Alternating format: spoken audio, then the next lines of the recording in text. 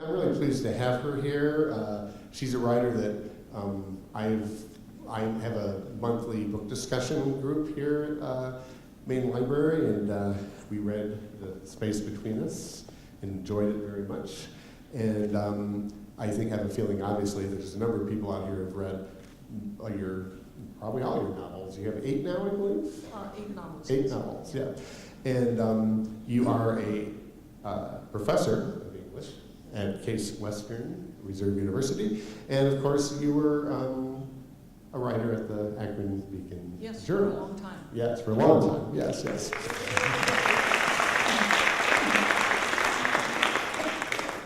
So, as somebody who began, I'm going to guess that you began as a journalist? Yes, I did. Okay. What led you to write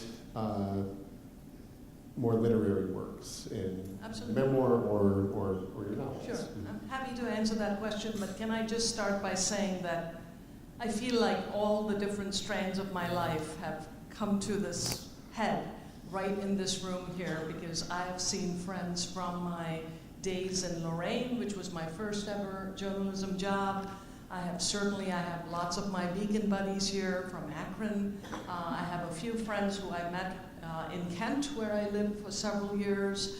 And if there's anybody here from Bombay, I can just check that on the list. There we go. There's Bombay. So yeah, so I'll probably get hit by a truck on my way home today and die a very happy person. So, but all of which is a way of saying thank you all for being here.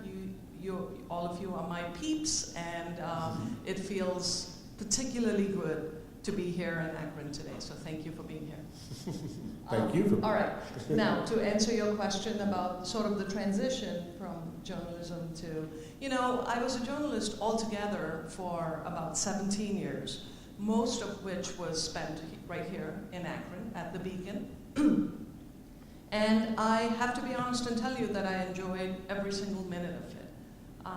Because one of the things I tried very hard to do in my journalism was to kind of infuse it with a kind of literary flavor. Mm-hmm.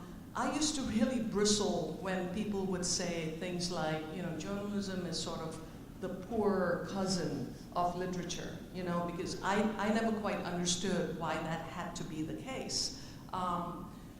So after a few years of doing that, of trying to do narrative journalism, of writing magazine-length pieces, that kind of stuff, what did begin to sort of disturb me a little bit was I felt like I had my own stories that I wanted to tell.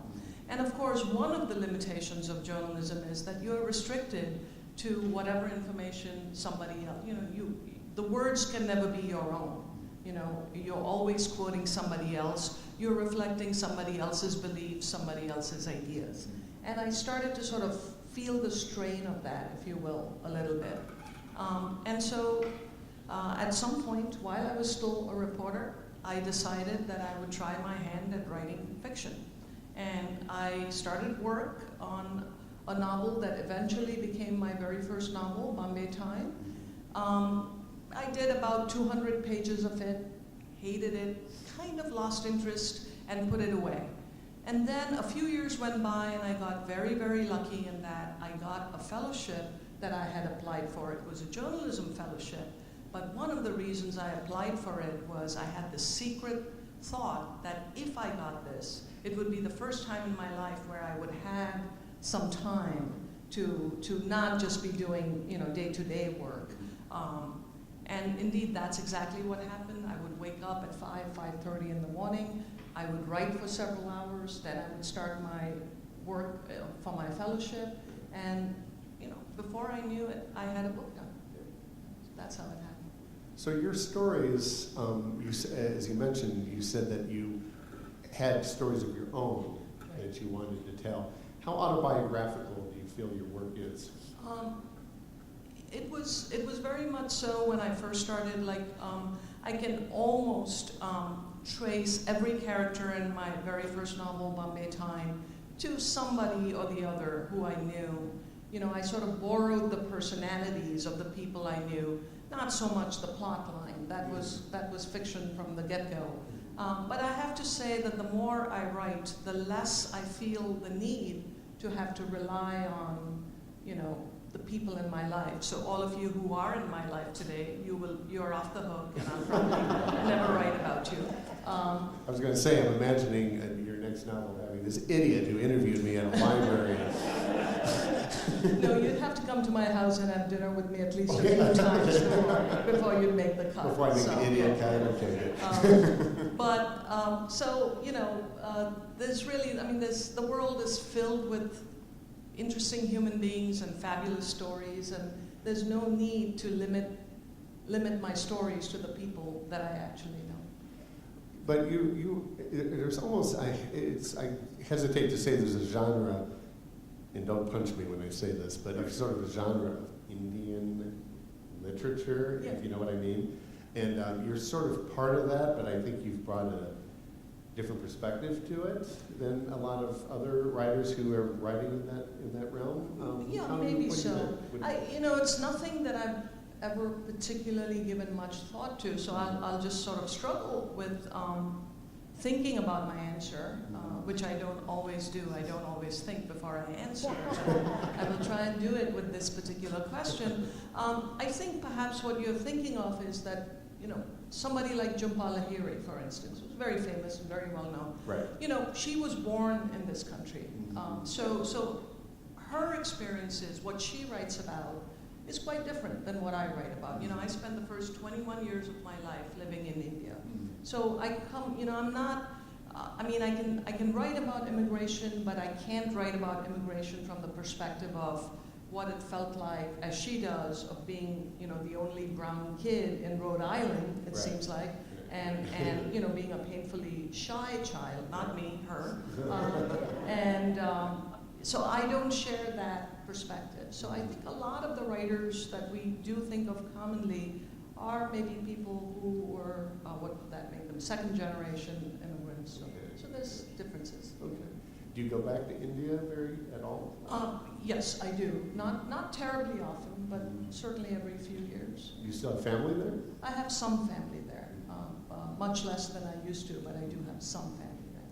Do you feel like when you go there, this is a loaded question, I suppose, but do you feel like when you go there that you're going to maybe bring a story back?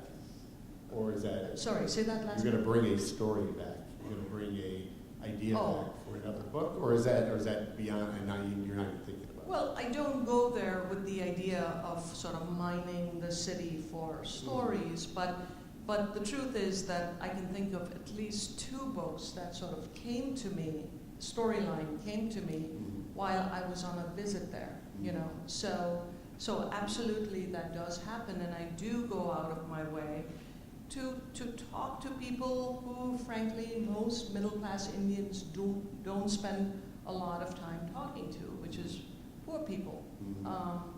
So if I'm visiting a relative and if they have a domestic servant working in their home, because I am a visitor in their home, I kind of can claim the authority to sit cross-legged on the floor and talk to that person, and within 5 minutes they're telling me about husbands who drink too much and children who do whatever children do, right. and suddenly I'm getting an insight into their lives. Okay. So of course your new book is a sequel to The Space Between Us, and that was a bestseller, national best-selling book. It sort of feels like we should probably talk about that book for a minute, just because the new book obviously stems away from that. I've read a number of reviews. I read one review where somebody said that, boy, I love The Secrets Between Us, but I didn't realize it was a sequel to this other book, and if I'd known that, maybe I would have understood it a lot better. And I'm thinking, like, how can you not know that this is a sequel? To The Space Between Us. How did you actually manage to read the book and manage to miss that line? But anyway, having said that, if you would talk about The Space Between Us for a few minutes, maybe. Okay. So The Space Between Us came out about 12 years ago, and quite simply, it tells the story of this rather odd and unlikely friendship between two women who both live in the city of India, of Bombay, but they could have come from different countries for all the things that divide them, and mostly all their divisions stem from the division of class.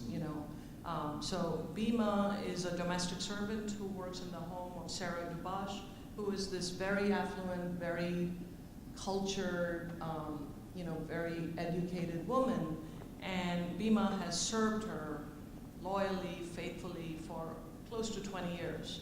And the women spend practically the whole day. Sarah is a housewife, so they spend a lot of their time together. And so it's a friendship that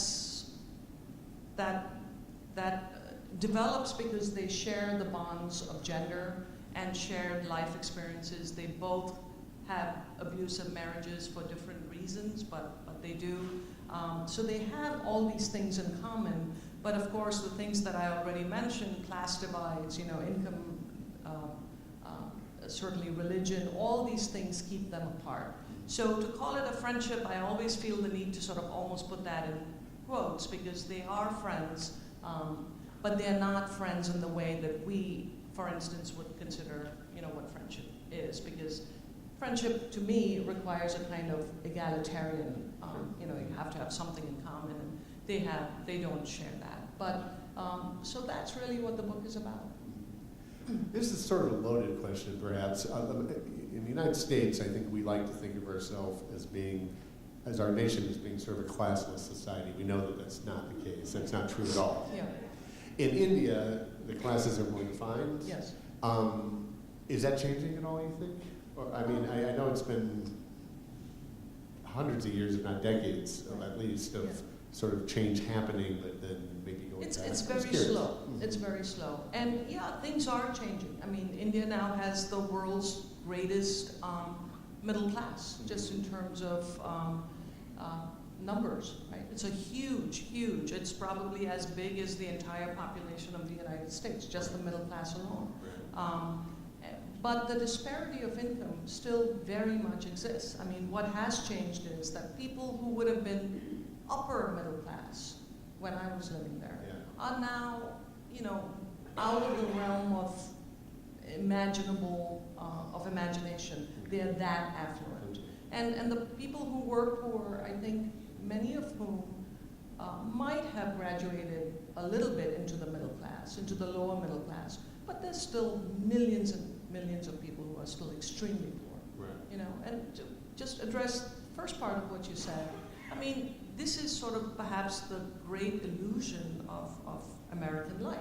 The fact that we still persist in this myth of believing that we are a classless society, when God knows we are nothing of the sort. Right. There is now more income and class mobility in Great Britain, for instance, which was always everybody's example of a very class-oriented society. Right. There's more mobility possible in Great Britain. So if you are born poor, you have a better chance of transcending your poverty in England today than you do in the United States. So I think our imagination needs to catch up with the reality. Yeah, well, I mean, I don't completely agree with you, and I think that's always part of the, whatever, I won't gonna soapbox. It'll end up being a very different I think that, there's always this sort of thought that that some Americans have, they're judgmental about India, where they have these caste systems and no one can get out of that or whatever, whereas we kind of have the same thing here, we just don't call it that. It's not as so one of my favorite questions when I do something like this during the Q&A is somebody always stands up and says, so does the caste system still exist in India, and when do you think it'll change? And I have taken, a little rudely perhaps, to answering that question by saying, on the exact same day that we no longer have a race problem in this country, that's when the caste problem will end in India. Exactly. So from the space between us, which was 12 years ago, yes, you decided to write a sequel to that book. Right. What was your motivation, your impetus to going back to some of those characters and continuing that story? Yeah, so I had no intention or desire, frankly, to write the sequel. People used to occasionally ask for it because they were, the original book, The Space Between Us, sort of, it's an open ending to that book. Yes. So for the kind of reader that requires a kind of resolution, it was not perhaps a satisfying ending because, I left it up to the imagination of the reader to sort of decide what actually happens. And so I would periodically get this question of, well, is Bhima going to be all right? What actually happens at the very end? And I just never thought that I wanted to do a sequel because I didn't see any sense in spending time, because writing books takes a year or so out of your life. And I just felt like there were so many other stories I would rather tell that I didn't see any reason to sort of revisit the same characters. Having said that, I have to admit that there was this one character who used to periodically trouble me, and it was only because she was such a small and minor character in the space between us. Her name is Parvati, and she basically sells cauliflower. She's a vegetable vendor at this market where Bhima used to shop for her employer, Sarah Dubash.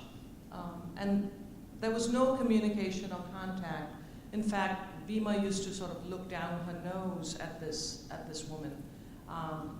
But for myself, I used to ask myself, who is Parvati? What is her backstory? What has happened to her in her life that this is what she has to do? And all she can do is afford an inventory of 6 cauliflowers a day. That's it. Not 7, not 8, 6. And about 2.5 years ago, not really thinking about the book or the characters, in a flash, I suddenly saw Parvati's backstory. I kind of just knew everything that had happened in this woman's life that had brought her to this moment in time, sort of like the strands of my life coming together today and culminating right here. Something along those lines happened. And once I understood who she was, then I was really excited at the prospect of continuing Bhima's story, introducing this new character of Parvati, bringing these 2 women together, and basically having them interact and talk to one another, and to see what would develop from that new relationship. And that's how the book came to be. Okay, now, I'm going to make a wild guess that the majority of people out here maybe read The Space Between Us. I don't know how many of you have gotten to The Secrets Between Us yet, but maybe if you would care to read a little passage from it? Just a short passage, yeah. It's a short passage. No spoilers. Don't tell us the end. So Bhima has a granddaughter who's about 19 years old. Her name is Maya. And speaking of no spoilers, for those of you who have not read the original book, I don't want to tell you how it ends, but basically in this book, Bhima has a new employer. And, Bhima is old school. She lives this very small and narrow life. She's not a terribly sophisticated or worldly person. And she harbors all the old stereotypes and prejudices of old India. Maya goes to college. Already at 19, she's light years ahead of her grandmother. And Maya has just told Bhima that her new employers happen to be a gay couple. They're in a lesbian relationship. And Bhima is she just cannot believe what she's just been told. So, and she's very, very worried about this because she just thinks that these have got to be, really immoral and wicked women. And she's petrified because she had left Maya in their charge a couple of weeks earlier. She has barely entered the hut and shut the door when she blurts out her question. Did those two, did they touch you? Maya frowns, puzzled. Touch me? Bhima flushes, unable to give voice to the unpleasantness sloshing around in her brain. Did they, like that other badmash? There is a strange sound, and it takes her a minute to realize that Maya is shaking with laughter. Mama, she splutters, don't take this tension, nah? They were nothing but good to me, treated me like an honored guest, like a friend. It is the word friend that makes Bhima rush up to Maya and slap her. That and the backwash of fear at the realization that the world is fraught with dangers she has no name for, that the future she imagines for Maya, graduation from college, a good job, a decent husband, a home far removed from the squalor of their present life, can be toppled over as easily as she had toppled her plate. That everything is an ambush, that there's no one to trust, not even a young woman who spoke with a strange accent, but who, with her kind words, had wormed her way into Bhima's heart. Maya holds her cheek, her mouth slack with shock. What did I do wrong? She gasps. Her stricken grandmother looks back at her, unable to answer the question. It is Chitra she has wanted to strike, she realizes. Chitra with her playfulness, her casual informality, her ever-ready willingness to help in the kitchen. She turns away from the confusion in Maya's eyes. Once again, history has repeated itself.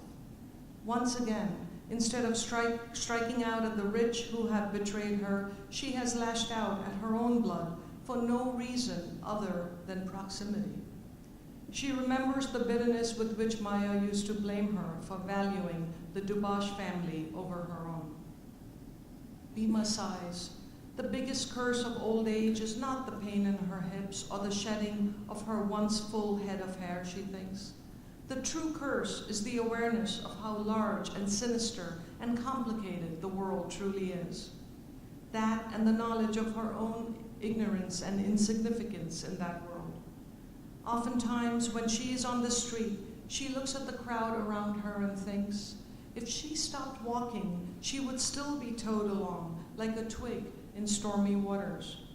Everybody in this city seems to have purpose, clarity, a destination. But more and more, she feels sluggish and lost. Now there is a new piece of information to digest, to insert into the puzzle of the world, but this one refuses to click into place, unable as she is to reconcile her affection for Chitra baby with the new knowledge of her unnaturalness. Not for the first time, she longs for Gopal to interpret the world for her, or even Amit, her now grown son, with his quicksilver intelligence and sharpness. Instead, here she is, left with this trusting girl, who is still a child, even though she has expelled a child from her own womb. Bhima's eyes are wet with tears of contrition. Forgive me, she says to Maya. For no reason, I take my gussa out on you. You do nothing wrong, my child. She cradles Maya in her arms. It's okay, Mama. Maya's voice is muffled. I know you are trying to protect me, but Chitra and Sunita are very good people. They don't make me feel stupid like your Sarabhai did. She swallows the immediate retort that gathers on her lips. It is Sarabhai's charity that paid for your early college, you ungrateful girl. And it is Dinaz's benevolence that continues to pay for it. She remains silent. Let Maya have her bitterness against the Dubash family. It is hard-earned. Her own ambivalence towards the Dubash family is part of the confusion that hovers like fog over her head. Stop. Thank you.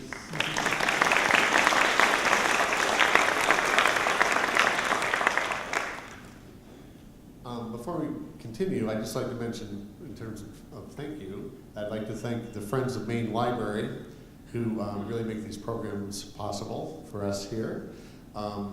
We have some more main event speakers coming in the fall, so keep your eyes out for that. I'd also like to just mention again that we have books for sale that are out there, and so if you are interested or don't have one of her books yet that you'd like to pick up, this would be a great opportunity to do that.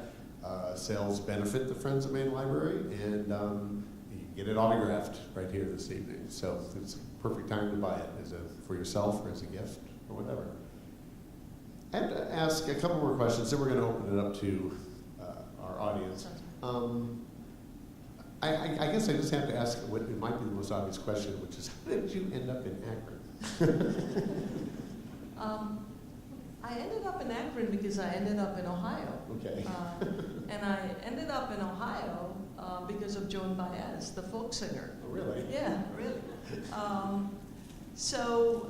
This was in the pre-internet days when I was contemplating coming to the United States to go to grad school to study to get a master's in journalism. And I didn't know where I should apply or who to turn to for advice. So I applied to a couple of places. One was Columbia University in New York because I knew that they had a good journalism program.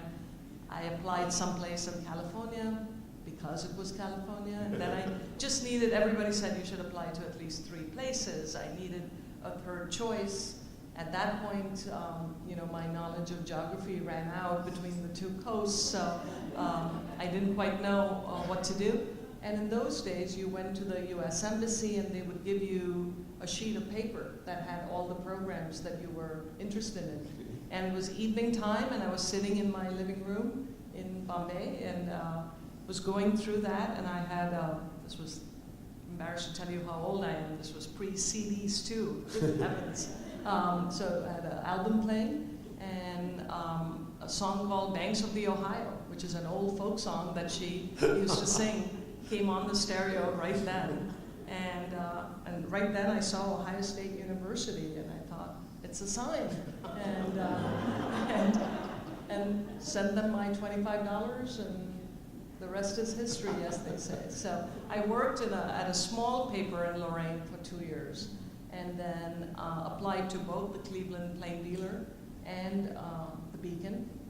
Got job offers from them on the same day. Wow. Right? So talk about feast or famine.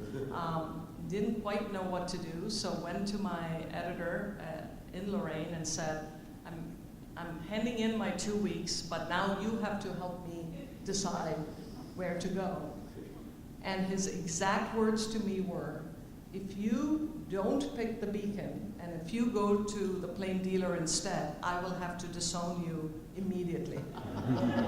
So it was a no-brainer. But I say that, and I probably shouldn't say that because I do live up north now. But that was the difference between the 2 newspapers. It was just, for him, it was a no-brainer that I would pick the better of the 2 papers. Okay. Very good. What is your, do you have any literary project currently in the oven, so to speak? Yeah, I'm trying to get a good first draft of a new novel done. It's set in India. Okay. And it's still early enough that I don't really want to talk a whole lot about it. Sure, okay. Yeah. Understood. Well, what questions do we have out there from people? Please, whoever would like to talk. Thrity, you can just kind of pick people, and if anyone can't hear, I'll repeat it, okay? So. Yeah.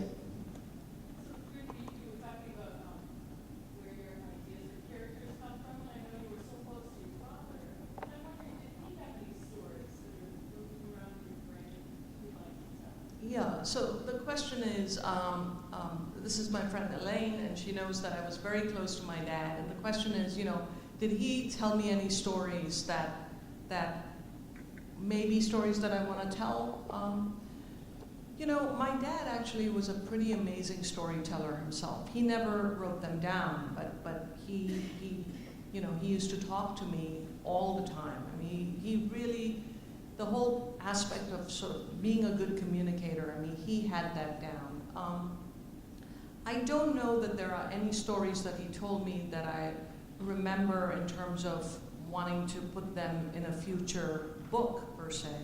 But I do believe that this ability to tell stories and sort of, to have that sense of what is a story that works in terms of, devoting the next 6 months or a year of your life to it versus something that you hear and then you forget about it. I do think that I probably got that from him. So in that sense, I'm always grateful to him for that. So it's a great question. As a novelist who was a journalist, this is you can answer this or not. How often do anecdotes or just stories come to you that are real stories that you put into your fiction? That I knew of when I was, not so much entire stories, but for instance, I did a book several years ago called The Weight of Heaven, and it's the story of this young American couple who lose their son, who's only 7 years old, to a sudden illness, and then they end up moving to India because he gets a job offer, and they think maybe this will help, patch their marriage and heal their marriage and that kind of stuff. Now, this is completely made up. It's totally fictionalized. But I remember when I was a reporter doing this very lengthy story on parents who had lost their children. As far as I know, none of those people had shared any of the characteristics, of my characters. But what I just remember in interviewing them was this sense of loss and grief that never totally heals, So in those ways, I've certainly borrowed from my journalism career. And I have to say that just this ability to write every single day, no matter what, where I don't have to have the planets align perfectly and the sky. I'm not coy and precious when it comes to being a writer. I'm very workmanlike in my attitude as a writer. I just feel like I show up, I turn on my computer, and that's my job. I see it as a job rather than this very cutesy kind of thing that a lot of novelists do. There's no pretension for me when it comes to being a writer.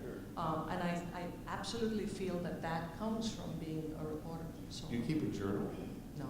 Okay. I wish I did. But that kind of taps in with what you were just saying. Yeah, I don't keep a journal. I don't outline my plots when I'm writing. But what I do is almost compulsively think of my books when I'm in the middle of writing a book. So there's nothing that I can be doing in my life. I can't watch a movie without thinking about my book. I can't wash dishes without, I can't go for a walk. I'm just a lousy human being when I'm writing a book, So, lousy friend, I don't really pay attention to what people are saying to me. I drive badly, all those things. So, well, I drive badly anyway. I can't do that on the books, but.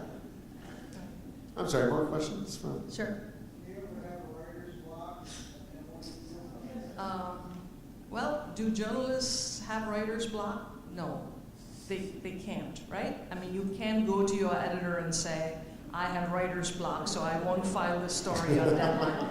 And I think that's where the journalism background really is of use, So far, so good, but, hopefully never. So. How do you choose and decide the names of your characters?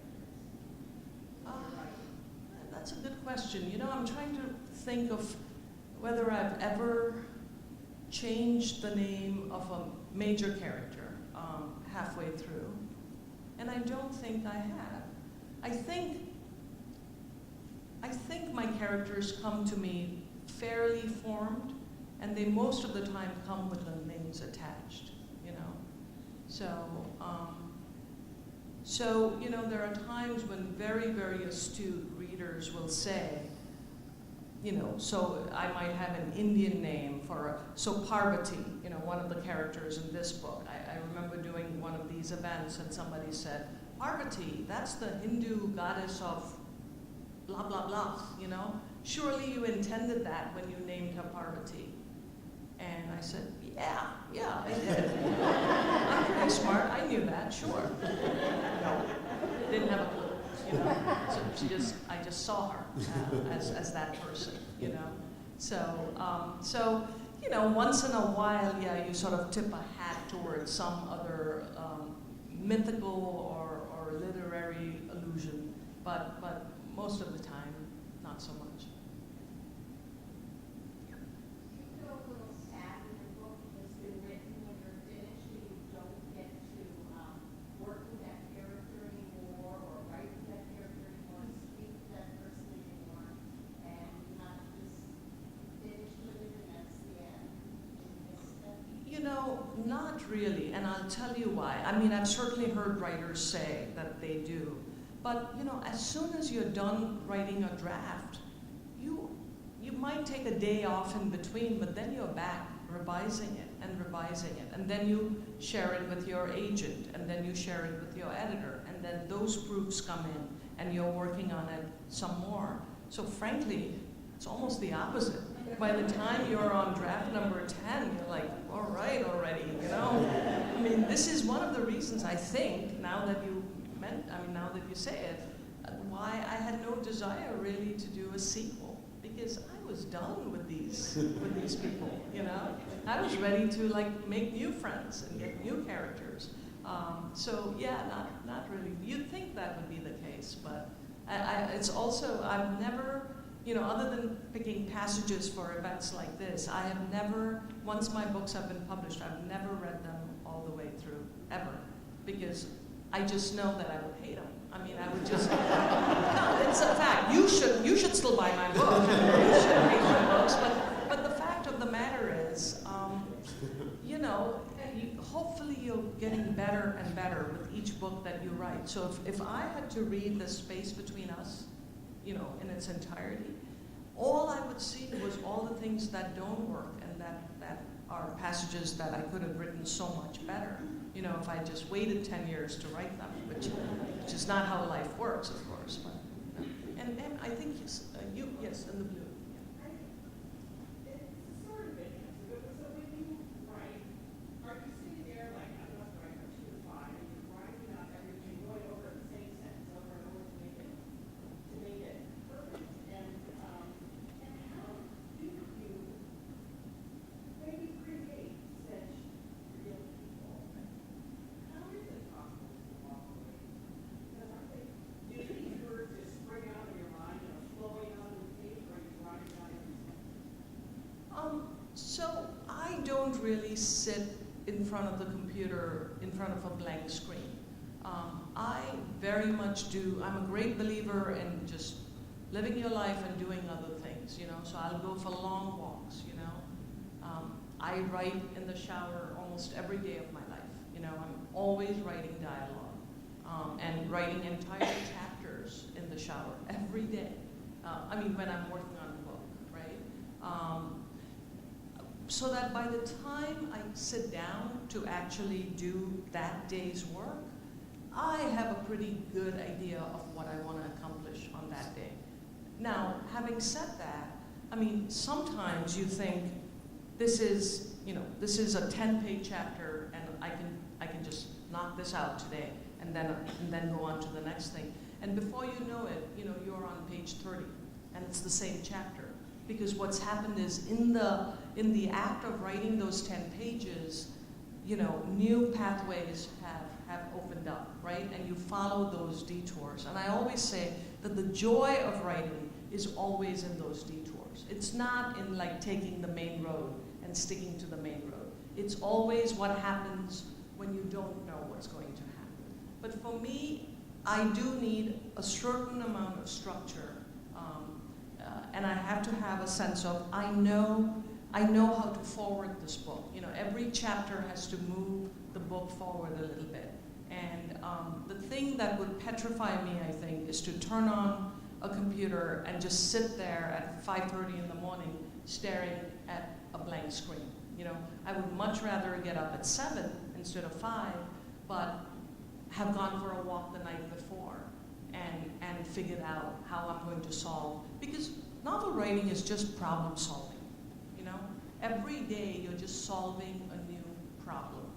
You know, whether it's a problem of plot or character development, that's all you're doing. And when you're writing a book, you better, before you write a word, you better know your characters well enough that if you ran into them at the mall, you would recognize them and say, "Hello, Bima." You know, I mean, that's how well you have to know your characters before you say.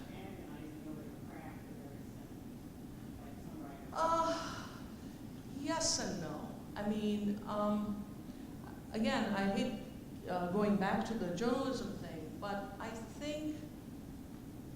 think my first drafts are probably better than most people's first drafts, most other fiction writers, people who haven't come from a journalism background, you know. I write pretty clean copy from the get-go. And what I usually try and do is when I get back to work the next day, I'll spend some time looking over what I've done the previous day, and I change a lot of it. I clean up the language so that by the time I'm done with the first draft, in effect, that's my second draft, you know, because I'm revising the previous day's work almost every time. So, yes. I love lovely books. Thank you. Especially the ones with the Indian influence, but everybody's son was different. Yes. Can you talk about where you got the inspiration? Did that come from just living in this country and observing? Yeah, I think so.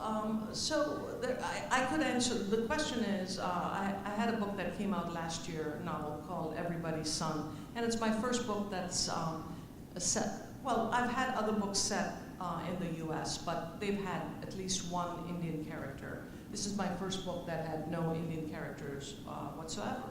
And I could probably answer your question in two ways. The short answer is, you know, the entire book, again, your question about getting the names of the characters, the entire book with the names of the characters attached came to me in the shower in a span of 30 to 45 seconds. I mean, that has never happened to me before, and it probably will never happen again. I knew the whole book. I just knew the book, I knew the characters, I knew what happens on the last page of that book. That was just, you know, that was just something that floated down from the heavens.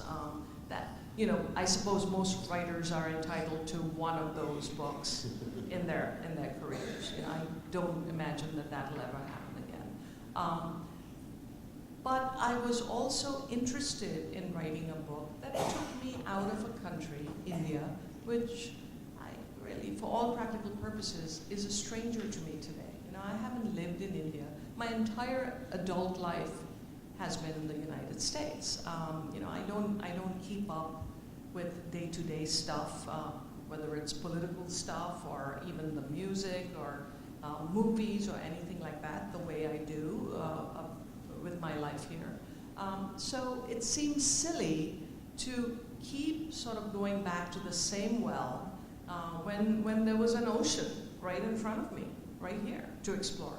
And I wanted to say something about race, right? Because that is the great, grand American story, is the story of race. And so Everybody's Son tells the story of this very affluent white family who use their influence to adopt this black child and all the complications that ensue as a result of that decision. So that's how Everybody's Son came about. Yes. I'm curious, you're obviously educated, you're a career woman, you're upper class. Why in Space Between Us is your protagonist Bima? Why is she Bima? Why do you feel so much?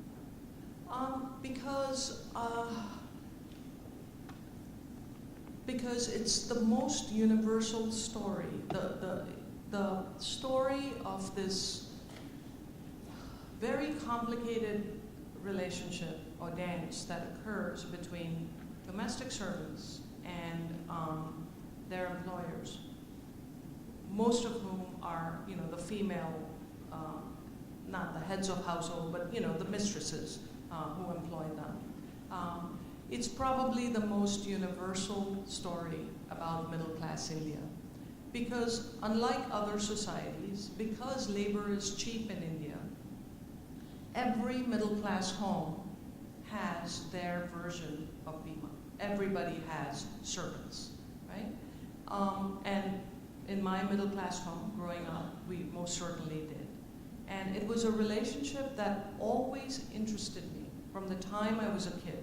I couldn't for the life of me understand why somebody was good enough to cook our meals for us and dust furniture, but they weren't allowed to share that same food sitting at the same table with us, or sit on the couch that they had just finished dusting. It didn't make sense to me, and it used to make me very, very angry as a child. And then after several years of living in this country and being a journalist, and then deciding to become a novelist and tell my own stories, this was a story that I was burning and dying to tell. And I resisted it for a long time because I kept waiting for some other Indian American novelist to tell that story, because it felt like the most obvious story. It was so rich, it was so complicated. It had all the characteristics of great fiction. And I waited for Jhumpa Lahiri or Rushdie or whoever to tell that story, and nobody was tackling that subject matter.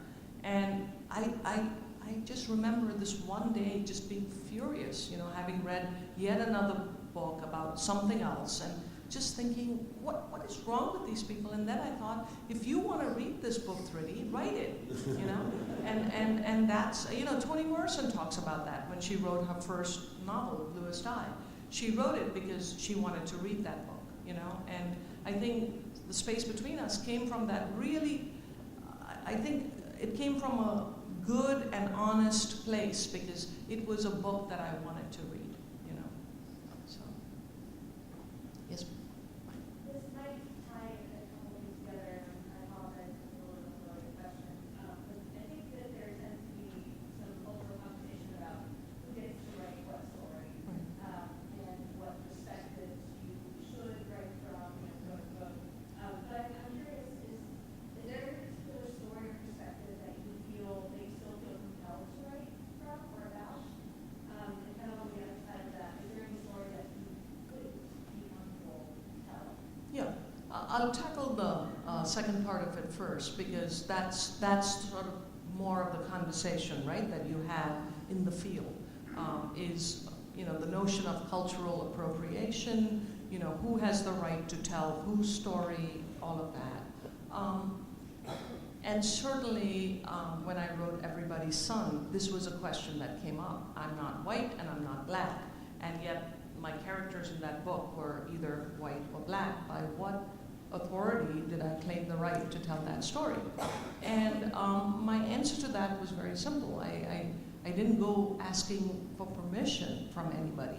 There was no bureau that I could approach to ask for permission to tell that. It was an authority that I claimed for myself by virtue of being a fellow human being. I felt entitled, and I gave myself permission to tell that story.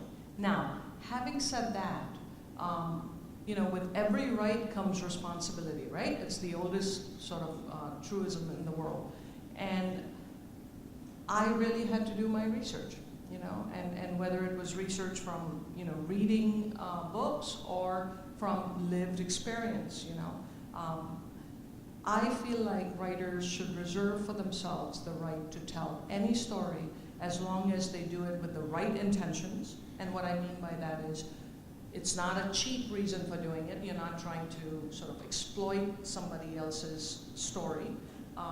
And if you do your due diligence. And this is a controversial opinion, because there will be many people who would be appalled if you said that, right? Because again, this whole argument that says that you should not culturally appropriate somebody else's story stems from a really, really important and good place. I mean, there's a reason for that, for people saying that, right?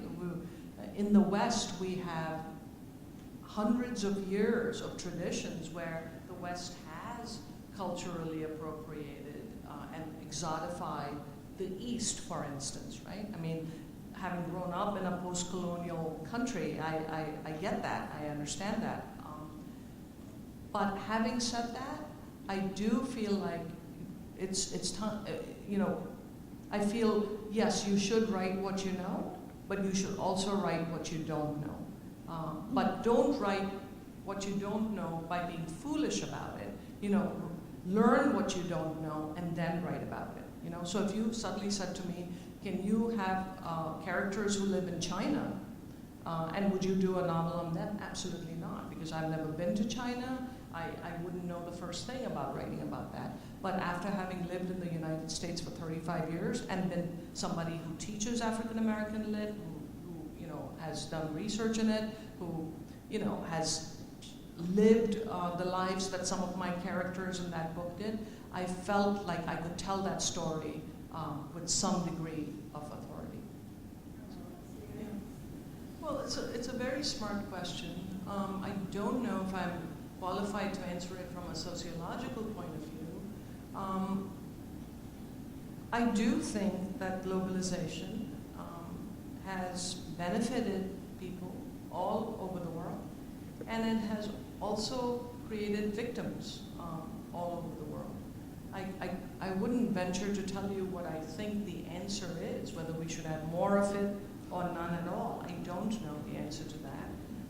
But absolutely, I mean, you can, you know, it seems to me from just a layperson's point of view that these are trends that have benefited, to use an old Marxist term, you know, the ruling class of every country in the world. You know, it has certainly benefited the 1%ers in this country, and it has possibly benefited the very rich people in India and places like that.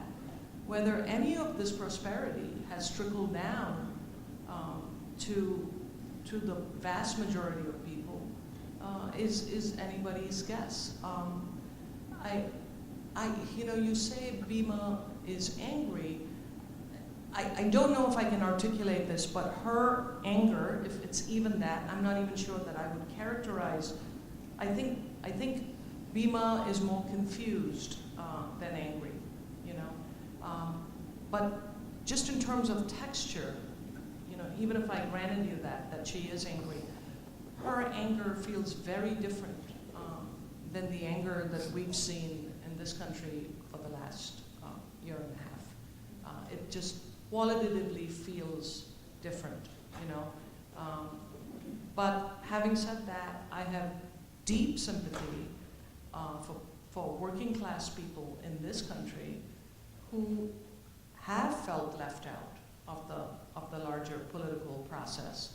And perhaps, I'm assuming this is what you're getting at, perhaps the vote that we saw in 2016 was a kind of acting out of that anger. And, you know, anger by definition, you know, anger most of the time is not very focused. I mean, and it's not very targeted, you know, you just lash out, right? And that's one possible way of looking at what happened in 16, was people just lashed out, right? I remember reading exit poll results where people said, we know he's not going to do anything for us. We just want to burn everything to the ground. I mean, people actually said that in exit polls when they were leaving the polling booths.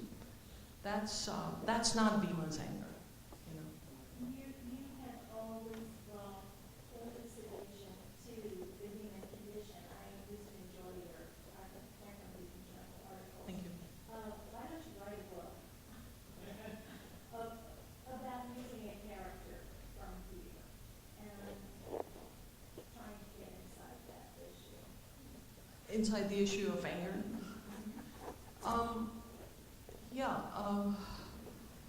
It's a complicated,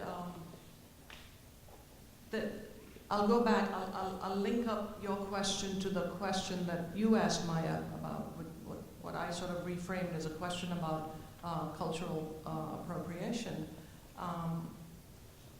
One of the sad things about the book industry, I think. So the flip side of saying one is only entitled to tell one's own stories and to not step out of, you know, those bounds, is when you tell a writer of color that, what you end up doing, whether you intend it or not, is really shackling them to telling the same story over and over again.